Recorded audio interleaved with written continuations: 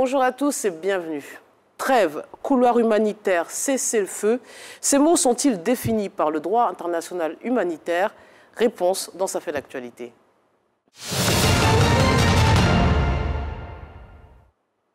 Alors que disent les textes? Un élément signé Siaka Kone. Dans un conflit armé, la trêve humanitaire consiste à suspendre temporairement les combats dans le but de venir en aide à la population civile. Celle-ci peut durer quelques heures ou plusieurs jours. La trêve humanitaire est décidée par une ou les différentes parties en conflit. En revanche, la trêve humanitaire ne repose sur aucun fondement juridique selon le Comité international de la Croix-Rouge CICR. Deux objectifs sont assignés à une trêve: faciliter l'acheminement de l'aide humanitaire et permettre aux civils de quitter les zones touchées par les bombardements. La reprise du conflit israélo-palestinien a été marquée par une trêve humanitaire de 4 jours, prolongée de 2 jours grâce au médiateur le Qatar. Toute chose ayant permis de faciliter l'entrée des différentes aides humanitaires dans la bande de Gaza. L'armée israélienne a confirmé à l'issue de cette trêve la libération de 11 otages par le Hamas, au nombre desquels 3 citoyens français. Pour le vice-président de Médecins du Monde, l'enjeu actuel de la trêve n'est pas uniquement la mobilisation, mais aussi l'entrée massive des dons. La mise en place de la trêve nécessite des conditions de sécurité permettant aux aidants et civils d'accéder à l'aide. Il y a une opérationnalité qui impose un repérage des lieux, une organisation de distribution par les aidants et le déplacement des civils sans risque de bombardement. Quelles que soient les causes à l'origine d'une guerre, quelle que soit l'intensité d'un conflit armé, les belligérants ont l'obligation de protéger les civils et les travailleurs humanitaires. Alors comment apporter de l'aide dans le chaos? Que disent les textes et sont-ils respectés? Pour en parler, je reçois M. Guédé Ange-Patrick, docteur en droit international public, enseignant à l'université Peleforo Gon-Koulibaly de Korogo. Bonjour et bienvenue. Bonjour, merci pour l'invitation. Alors, dans le langage courant, en tout cas usuel, la guerre et le conflit armé sont des synonymes. Mais est-ce qu'il y a une définition juridique qui les différencie? Ok, merci déjà pour la question. Il faut dire que la guerre, dans un premier temps, c'est un conflit armé. Le conflit armé est beaucoup plus vaste que la guerre. La guerre est un terme qui avait été utilisé dans le passé pour notamment définir le conflit armé entre deux États. Donc la guerre, c'est d'abord un conflit armé entre deux États qui met en œuvre évidemment les forces armées de ces États. La guerre peut également définir comme l'occupation du territoire d'un État. Même si cette occupation se fait de façon paisible, l'occupation en elle-même constitue une situation de guerre. Et troisième élément, la guerre également est le cas d'un conflit armé pour la libération d'un territoire, un conflit armé pour une indépendance. Donc ce conflit armé-là, le droit international le détermine comme étant une guerre. Mais aujourd'hui, on n'utilise pas le terme conflit, on n'utilise plus le terme guerre, on utilise plus le terme conflit armé. Parce qu'il y a les conflits armés internationaux qui font référence à la guerre et les conflits armés non internationaux qu'on pourra appeler les guerres civiles à l'intérieur d'un État. Et donc, ces conflits à l'intérieur d'un État, pour qu'ils soient déterminés comme conflits armés, doivent mettre en opposition soit les forces armées face à des groupes armés à l'intérieur de l'État, soit entre les groupes armés à l'intérieur d'un État. Mais en même temps, il faut que le conflit ait une certaine intensité et que les groupes armés aient une certaine organisation. Cela veut dire qu'un soulèvement, une grève ne constitue pas un élément pour donner le titre de conflit armé à ces événements-là. Donc c'est seulement des événements qui ont une certaine intensité et une certaine organisation des parties dans le conflit. Alors, il y a un droit à la guerre, un droit de la guerre, mais y a-t-il un droit à la paix? Oui, il y a un droit de la paix, parce qu'aujourd'hui, le droit international, de façon générale, est un droit à la paix. Depuis 1945, lorsqu'on crée les Nations Unies, l'objectif premier, c'est de favoriser la paix. Et donc, pour favoriser la paix, on se met en idée qu'il faut qu'il y ait une certaine coopération entre les États, et que si les États coopèrent, évidemment, ils auront moins l'envie de faire la guerre. Malheureusement, ce n'est pas le cas. La coopération ici envoie des tensions, et les tensions peuvent créer des guerres. Donc, le droit international, en principe, refuse la guerre. La guerre n'est pas permise, mais elle peut se faire dans deux situations. Soit en cas de légitime défense, ou bien par une action du Conseil de sécurité qui va venir mettre fin à une crise. Donc, on peut faire la guerre pour mettre fin à une autre guerre, malheureusement. Ce qui est paradoxal. Historiquement, les guerres prenait officiellement fin avec la signature d'un armistice. On a tous vu ça à l'école, on célèbre encore ces dates-là chaque année. Et ce n'est plus le cas. Pour quelle raison il n'y a plus d'armistice? Il n'y a plus d'armistice tout simplement parce que la guerre aujourd'hui. L'armistice, c'est normalement un cessez-le-feu, oui, réellement. Mais dans le cadre d'une guerre, c'est-à-dire un conflit armé entre deux États, or, vous voyez qu'actuellement, il y a rarement de conflits armés entre deux États, sauf le cas récent avec l'Ukraine et la Russie. Sinon, les conflits armés actuels sont des conflits armés au sein d'un État ou alors entre des groupes armés. Donc, normalement, lorsqu'on parle d'armistice, c'est le fait que deux États décident de se faire un cessez-le-feu afin de discuter des conditions de la paix. Oui. Donc, après une armistice, normalement, il y a un traité de paix. Or, aujourd'hui, il y a des conflits armés qui sont hybrides, qui véritablement ne finissent jamais. On prend le cas du conflit entre Israël et la Palestine, qui dure au moins près de 50 ans. Donc, malheureusement, les guerres continuent. Il y a des situations de ni paix ni guerre. Donc, il n'y a pas lieu vraiment de prendre des amnisties. Alors, quelle est la différence concrètement entre la trêve humanitaire et le cessez-le-feu, notamment sur Gaza? On parle là de trêve humanitaire et non de cessez-le-feu. C'est quoi la différence juridiquement et ce que ça implique, bien sûr? OK. Il faut déjà dire qu'en termes de trêve humanitaire, le droit international humanitaire ne définit pas, mais la doctrine a permis de définir. La trêve humanitaire et le cessez-le-feu, tous deux ont la même situation, c'est une cessation des hostilités pendant une période et sur un espace géographique déterminé. Mais la différence, la trêve a un objectif, c'est juste pour permettre d'apporter des aides aux populations, de leur permettre de sortir, ou alors aussi d'apporter des aides aux blessés et aux malades. Alors que le cessez-le-feu, normalement, doit déboucher sur des pourparlers pour arriver à la fin du conflit. Vous comprendrez que, notamment, le mot a été bien choisi pour dire trêve humanitaire et non cessez-le-feu, oui, parce qu'en le disant, Israël veut montrer qu'ils n'ont pas l'intention d'arrêter la guerre, qu'ils le font juste pour échanger les prisonniers et pour peut-être permettre d'apporter des vivres aux populations. Donc c'est vraiment cette notion, vous disiez, du droit international humanitaire, d'humaniser ce qui, de facto, ne l'est pas. C'est de la barbarie. Oui, mais en même temps, le droit international humanitaire demande à ce que les parties en conflit, quand c'est possible, bien on le dit, quand c'est possible, trouvent un moment pour qu'on puisse apporter un soutien aux personnes civiles, mais également venir récupérer les blessés, les malades. Mais justement, qui intervient dans le cadre d'une trêve humanitaire? Qui sont les protagonistes? Qui peut intervenir? Et qui le fait? Une trêve humanitaire n'est pas une obligation. Mais par contre, on doit trouver un moment pour apporter le soutien. Et la loi, le droit international humanitaire le dit quand c'est possible. Donc, il revient aux parties de décider quand c'est possible. Et donc, ici, ça peut être l'une des parties qui peut, de façon unilatérale, décider une trêve humanitaire. Ça peut être un accord entre les parties. Ça peut être également par l'intervention d'un tiers qui peut être un État ou une organisation internationale. Dans le cas notamment du conflit entre Israël et la Palestine, et plutôt le Hamas, je pense que c'est le Qatar qui a dû intervenir pour obtenir cette trêve humanitaire. Oui. Mais là, on voyait à l'image et dans le reportage de Siaka Kone, on voyait la Croix-Rouge sur place. C'est vrai que quand on va parler des otages après, quand on les voit être libérés, ce ne sont pas les représentants d'État, ce ne sont pas les ambassadeurs qui sont là, ce sont ces travailleurs humanitaires.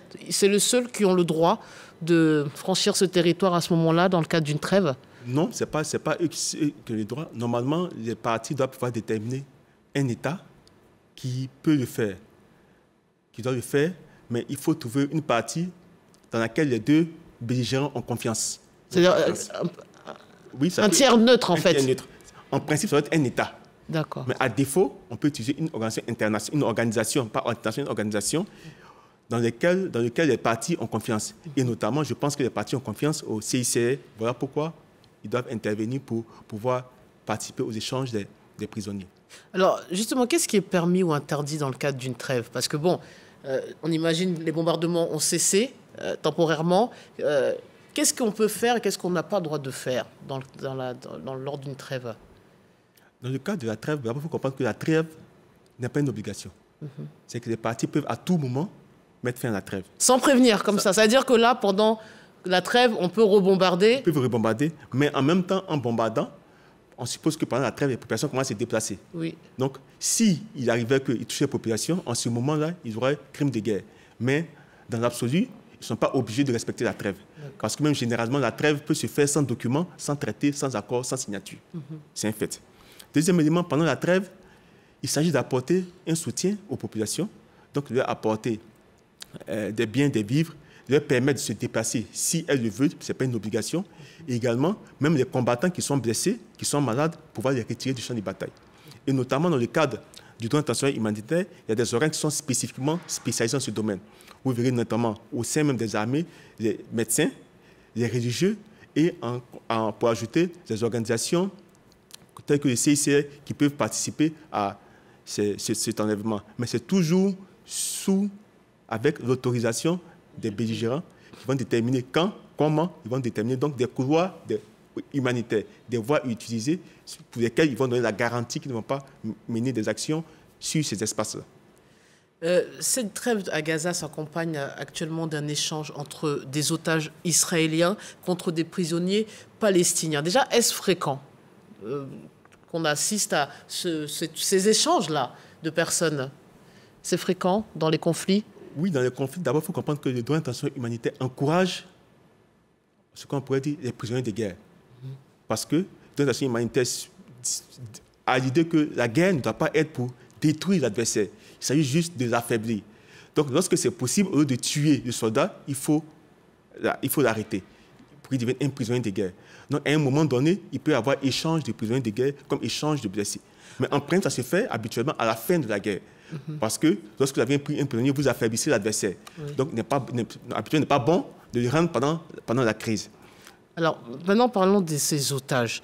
Quel est le statut des otages dans le cas d'un conflit armé, d'une guerre? C'est quoi leur statut?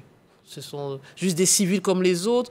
Est-ce qu'ils ont un statut particulier? C'est un crime particulier de la prise d'otages? D'accord. Déjà, il est interdit de prendre des otages civils. Souvent, on nous dit qu'il y a des otages palestiniens. Il faut d'abord faire une différence. Parmi ceux qui ont été pris, il y a des civils et il y a des soldats. Les soldats ne sont pas des otages. Parce que ils participent au conflit, et donc ce sont des prisonniers de guerre, oui, pas mais des otages. Là, on parle des otages israéliens. Oui, mais je comprends. Les Israéliens, il y a des militaires et il y a des civils. Mais donc les civils sont otages et les militaires sont des... Qu'est-ce qu'on fait avec un État comme Israël où la population va entrer dans l'armée? C'est-à-dire que tout le monde va devoir aller faire ses armes à Tzal dès qu'on a 18 ans, c'est obligatoire, hommes comme femmes. Donc, on a le sentiment que c'est potentiellement des militaires, tous. Oui, potentiellement, mais ce ne sont pas des militaires. On parle de combattants lorsqu'ils prennent part aux hostilités. Donc, quelqu'un qui a fait son service militaire il y a 2-3 ans et que vous le trouvez chez lui à la maison en civil, qui ne porte pas d'armes, il reste un civil. Même un militaire qui est blessé n'est plus combattant.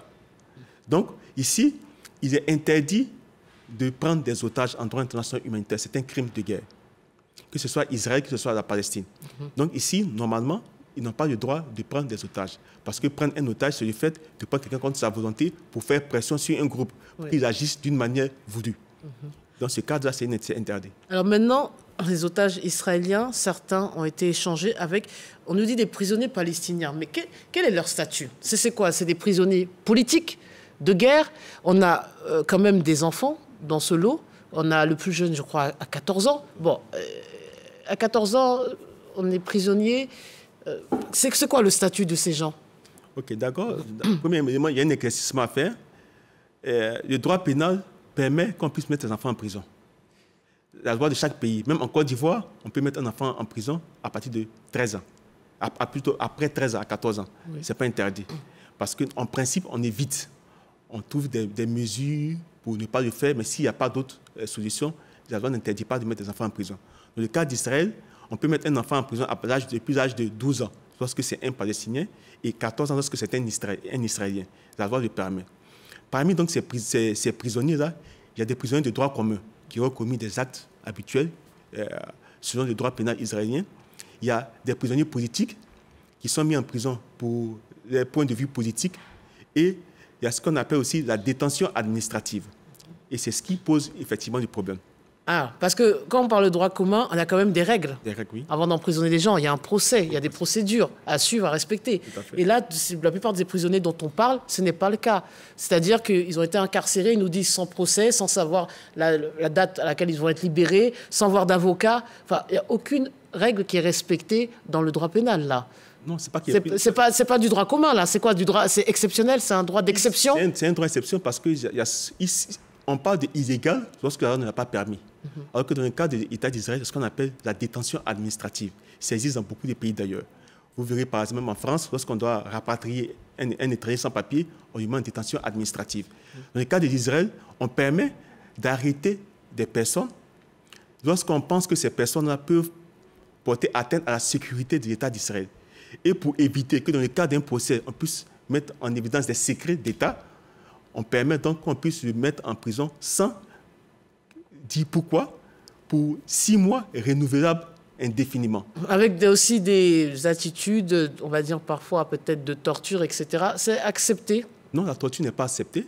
Bon, je ne sais pas s'il y a vraiment torture, mais j'ai dit que la torture n'est pas acceptée. Mais de toute façon, dans le cas de la détention administrative, le prévenu peut saisir la justice pour demander à ce qu'il soit libéré. Il reviendra alors à l'État d'Israël de prouver que c'est effectivement pour question de sécurité qu'il a été incarcéré. Si ce n'est pas fait, il serait effectivement libéré. Mais quelques mots, c'est vrai qu'on parle d'Israël et de la Palestine, mais quand vous parlez de droit d'exception, on se souvient aussi, c'était pas un conflit, je ne sais pas comment on le qualifie en droit international humanitaire, quand il y a eu le 11 septembre. Les États-Unis d'Amérique ont décidé aussi beaucoup de règles exceptionnelles. On a vu Guantanamo, on a vu des choses qui pourraient paraître illégales, mais elles ne l'étaient pas, puisque c'était la loi entourait tout ça. Ça arrive, c'est ça aussi, quand on est en conflit, faire de l'exception, se donner beaucoup plus de droits, de possibilités de dépasser les bornes? Oui, on ne dirait pas forcément dépasser les bornes, parce que comprendre que le droit, c'est une science sociale qui se prend en fonction des réalités sociales. Donc, lorsqu'il y a une situation de difficulté, vous devez prendre les mesures qui vous semblent nécessaires pour contrevenir à ces difficultés-là. Malheureusement, ces mesures-là peuvent paraître non conformes je vais dire, à la conscience humaine, malheureusement. Comme vous avez dit tout à l'heure, le cas des États-Unis, avec le Patriot Act, qui permet qu'on puisse arrêter des personnes en limitant leurs droits de défense. Notamment parce qu'elles auraient agi dans un domaine, comme par exemple les terroristes, qui nécessiteraient des mesures exceptionnelles. Donc là, est-ce que ce sont des prisonniers de guerre pour les Israéliens? Est-ce que certains peuvent être qualifiés de prisonniers de guerre chez les Palestiniens qui ont été libérés? Tout à fait. Oui. Certains peuvent être qualifiés de prisonniers de guerre parce qu'il faut prendre en compte la situation de la Palestine. La Palestine est aujourd'hui considérée par bon nombre de juristes comme un territoire occupé. Étant un territoire occupé, les actions qu'ils mènent sont des actions de libération. Et donc c'est une guerre au point de vue du droit international. Et donc dans ce cadre-là, toutes les actions qui sont menées par les citoyens dans le cadre de leur libération, ces citoyens sont considérés comme des combattants. Donc un combattant, lorsqu'il est saisi dans le cadre du combat, est un prisonnier de guerre. Et en tant que prisonnier de guerre, il a droit à un certain nombre de garanties. C'est justement parce qu'il ne doit pas donner ces garanties-là qu'il ne les déclare pas comme des prisonniers de guerre. Parce qu'en tant que prisonnier de guerre, il faut qu'il y ait un accès, notamment par exemple au CICR, pour y avoir les conditions dans lesquelles ils sont traités. Il y a un minimum de mesures qui sont prises lorsqu'il s'agit de prisonniers de guerre. On va s'intéresser aux sanctions, si tant est qu'il y en ait. La justice internationale est interpellée depuis plusieurs jours, depuis même le 7 octobre, dans le cadre du conflit en cours entre Israël et le Hamas. Plusieurs plaintes ont été déposées auprès de la Cour pénale internationale depuis donc le 7 octobre. On a déjà le réseau Reporters sans frontières qui a porté plainte. On a beaucoup de journalistes, des dizaines de journalistes qui sont morts sur place. On a des familles de victimes israéliennes qui ont aussi porté plainte. On a un collectif composé d'une centaine de juristes de plusieurs pays qui ont porté plainte pour génocide à Gaza. On a 3 organisations palestiniennes de défense des droits humains. On a l'Afrique du Sud, le Bangladesh, la Bolivie et les Comores et Djibouti qui demandent une enquête sur la situation dans l'État de la Palestine. Alors, toutes ces interpellations de la justice internationale, déjà, sont légales, légitimes et vont-elles aboutir à quelque chose? Oui, elles sont légales, légitimes. Savoir si elles vont aboutir à quelque chose, je pourrais vous le dire maintenant. On verra tous ensemble. Mais quoi qu'il en soit, je pense que ce sont des actes qui démontrent un peu le manque de volonté des États. Parce que lorsqu'il s'agit de crimes de ce genre-là, les premiers concernés sont d'abord les États. On donne l'impression que la sanction doit dépendre uniquement des tribunaux internationaux. Ce n'est pas juste, ce n'est pas vrai. Les tribunaux internationaux sont seulement un organe subsidiaire. Ça signifie qu'ils n'agissent que si les États concernés n'ont pas agi ou qu'ils n'ont pas la volonté de le faire et qu'ils ne peuvent pas le faire. Et en deuxième lieu, ils n'agissent que pour un certain nombre de crimes qui sont les plus importants. Ils ne font que punir les acteurs les plus importants. Il y a de nombreux crimes, les restes des crimes doivent être gérés par les États. Premier élément, c'est d'abord les États qui sont dans la crise eux-mêmes. Israël et la Palestine doivent pouvoir mettre en place des mesures pour sanctionner les agents qui auraient commis des crimes de guerre. Mais vous y croyez, honnêtement? Oui, normalement, ça aurait pour sens de décourager ceux qui veulent... C'est-à-dire quoi? Vous attendez on va dire, de l'OLP, de l'organisation, en tout cas reconnue, officielle palestinienne, de quoi? De sanctionner les terroristes du Hamas? C'est ça qu'on attend? Vous vous attendez à ça? Qu'ils fassent un procès? Vous y croyez? C'est le principe. Maintenant, secondo, ce que je veux dire, secondo, c'est que tous les États qui ont ratifié les traités sur les tentations humanitaires ont la capacité de juger les criminels. Ce qu'on appelle le principe de l'universalité. Donc, la justice universelle. Chaque État peut décider qu'il peut poursuivre un membre d'Israël ou un membre du Hamas. Malheureusement, ils ne veulent pas le faire. Sinon, ils ont la possibilité de le faire. Vous n'avez qu'à mettre dans votre constitution que vous déclarez votre justice comme justice universelle. Donc, les États, effectivement, peuvent le faire. Mais ça veut dire qu'Israël pourrait aussi, là, poursuivre, on va dire, les soldats, on nous dit, surtout du côté de la Cisjordanie, il y a des abus, il y a des meurtres, des assassinats de Palestiniens. En fait, au lieu de saisir la Cour pénale internationale, vous dites c'est l'État d'Israël qui devrait traduire, mais ce sont des militaires qui font ça. Ils vont les traduire quoi? Devant les tribunaux militaires? Mais ce que je veux dire, je vous donne un exemple. Supposez qu'en France, en Angleterre, aux États-Unis, en Russie, on ouvre des procès contre les belligérants. Ils seront forcément amenés à cesser parce qu'ils n'auront plus la possibilité de sortir de leur pays. Donc chaque État, de façon individuelle, peut engager des procédures. Le droit international le permet. Deuxième élément, lorsqu'on le voit ainsi, on a l'impression que c'est une sorte de justice des vainqueurs. Mais il faut comprendre que certains crimes de guerre sont dits comme imprescriptibles. Ça signifie quoi? Ça signifie que même après 30 ans, 50 ans, celui qui a commis un de ces crimes peut toujours être poursuivi. Donc la situation peut être forte aujourd'hui, ne peut être forte demain, et vous serez en ce moment-là poursuivi. Mais justement, pour revenir un petit peu sur cet échange de prisonniers et d'otages, les Israéliens affirment que certains... il y a déjà eu des échanges entre un Israélien, un franco-israélien, contre 1000 otages, 1000 prisonniers palestiniens. Et on nous dit que ceux qui ont commandité les attaques du 7 octobre font partie des prisonniers qu'Israël a libérés à la demande de la Palestine. Donc là aussi, c'est un danger. Parce que vous libérez des gens qui vont revenir vous attaquer. Et comme vous disiez qu'il n'y a pas de, il y a pas de date limite, qu'est-ce qu'on fait? Qu'est-ce qu'on fait? C'est un risque qu'ils prennent? Oui, c'est un risque qu'Israël prend. C'est un risque également que, je vais dire, également, le Hamas prend. Parce qu'en libérant des personnes, ces personnes-là peuvent également participer au conflit futur.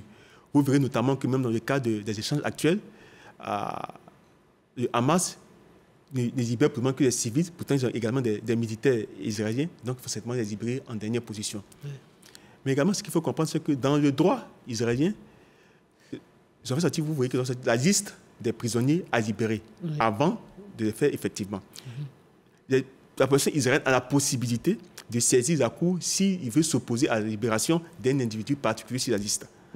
Donc, si on voit sur la liste que quelqu'un voit qu'on veut libérer quelqu'un qui a peut-être tué sa mère, il a le droit de saisir la Cour pour dire non, que cette libération porte atteinte peut-être à son mais pourtant, ils ont libéré ceux qui sont à l'origine de la catastrophe, de l'attaque meurtrière du 7 octobre. Oui, mais malheureusement, peut-être à cette époque, il n'y avait pas d'éléments qui permettraient de penser que ces gens-là seraient aujourd'hui les leaders du Hamas. Donc, qu'est-ce qu'on attend là? Que la CPI réagisse? Qu'est-ce qu'on attend? Qu'est-ce qui va se passer sur le plan des sanctions? Pourquoi le Conseil de sécurité des Nations Unies n'intervient pas? Qu'est-ce qu'on attend pour mettre fin à ce conflit? Pour mettre fin au conflit, d'abord, il faut trouver une solution politique.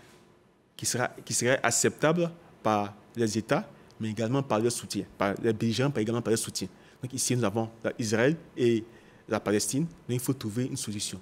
Aujourd'hui, le dilemme est que la Palestine veut obtenir le statut d'État sur un certain nombre de territoires qui actuellement sont en partie occupés par Israël, notamment la Cisjordanie et également Jérusalem-Est. Jérusalem, la ville qui, sur le droit international, est une ville internationale. Et malheureusement, Israël a décidé que ce soit sa capitale. Aujourd'hui, donc si on veut partir à la paix, il faut qu'Israël renonce à utiliser Jérusalem comme sa capitale, ce qui semble assez difficile. À côté de cela, les territoires en Cisjordanie, certains sont occupés par des colons israéliens. Donc il faudrait aussi pouvoir les faire sortir et permettre à la Palestine d'avoir, je vais dire, une gestion totale de ces territoires-là. Mais en même temps, du côté de la Palestine, Israël se rend compte qu'il y a des dirigeants comme le Hamas, qui est un groupe dit terroriste, qui est un groupe dont l'objectif est de détruire l'État d'Israël. Donc Israël, pour ses besoins de sécurité, dit qu'ils ne peuvent pas permettre à ce groupe-là d'avoir un État, les moyens d'un État pour les attaquer. Donc il faut trouver un mécanisme qui peut mettre en confiance les deux parties. Et là, c'est du ressort de la diplomatie et de la politique. Eh ben, visiblement, ça n'a toujours pas marché. On y a cru un moment, oui, avec Yasser Arafat et Yitzhak Rabin, mais bon, ils ne sont plus et la guerre continue. Ce sera le mot de la fin. Merci infiniment, professeur, d'être venu et de nous avoir donné toutes ces informations très pédagogiques. Merci beaucoup. Merci à vous. Merci de nous avoir suivis. Excellente fin d'après-midi.